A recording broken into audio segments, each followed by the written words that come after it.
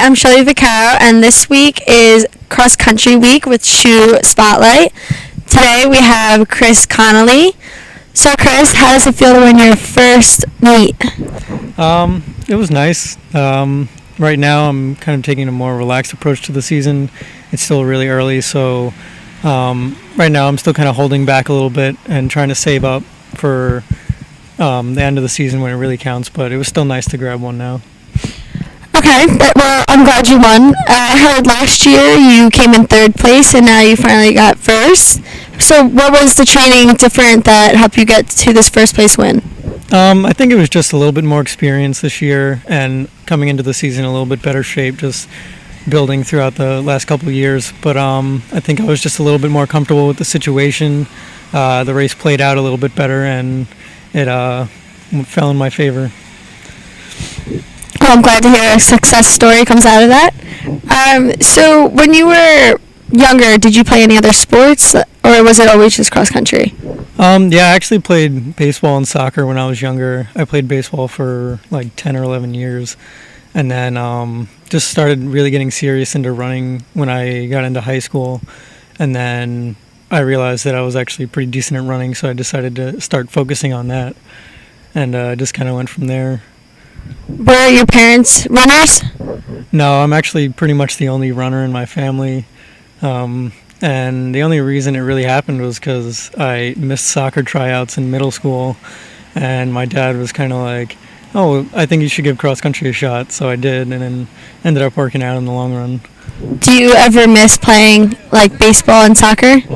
Yeah, sometimes. Running can get to be quite a bit sometimes. There's a lot of training involved, and it's a lot of work to get the results that you want. So sometimes I miss it, but I'm happy where I am.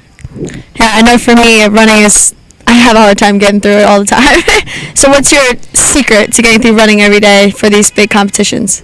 I guess just patience and just kind of going day by day, taking it a step at a time, because sometimes it really gets to be a lot.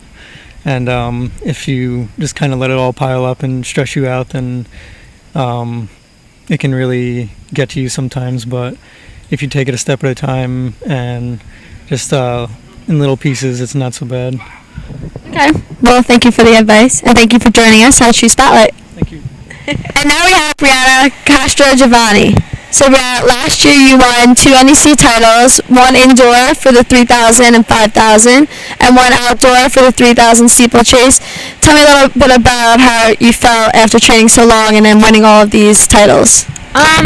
It was really awesome to work really hard all year and be able to reward yourself like that. But it was really fun to do with my teammates too in the races with me. So it was just a good ending to each season. Out of all 3 of those, what is your favorite to run? Definitely in the steeplechase. So what is the steeplechase? Like, what is involved in it again? It's kind of crazy. It's 3,000 meters, so it's the same as the indoor race, but there's barriers on the track that you have to hurdle over, and there's a water pit that you have to jump over. So, wow, that sounds interesting. I'd probably one of the track meets I would want to watch. So this year you started off with 2 straight wins, one 2 weeks ago at the Bryant, and now last Saturday for the Fairfield. So how does it feel to win both of those this year coming off the bat? It's pretty nice to just see like what kind of shape I'm in early in the season, and hopefully I can continue to keep progressing and keep doing well as the season continues, especially for the more important meets at the end of the season. So how many miles do you run a week? I've heard the crazy numbers, 95, some people run 80. What's your... I run about 60 miles a week. Does it average on the day, or just how you feel? Yeah, each day is different. So Mondays and Wednesdays is usually our distance day, so I'll run around 10 miles on those days, and then Tuesdays and Thursdays are our workout days, so I run a little less on those days, and then Fridays it's just like getting ready for the meet, and then Sunday is our long run day, so that's when I run the most. Wow, sounds very boring. How do you get yourself through running so long? My teammates, they're awesome, and I look forward to practice every day because I get to run with them and just talk, and it's really great. Yeah, teamwork's always the best.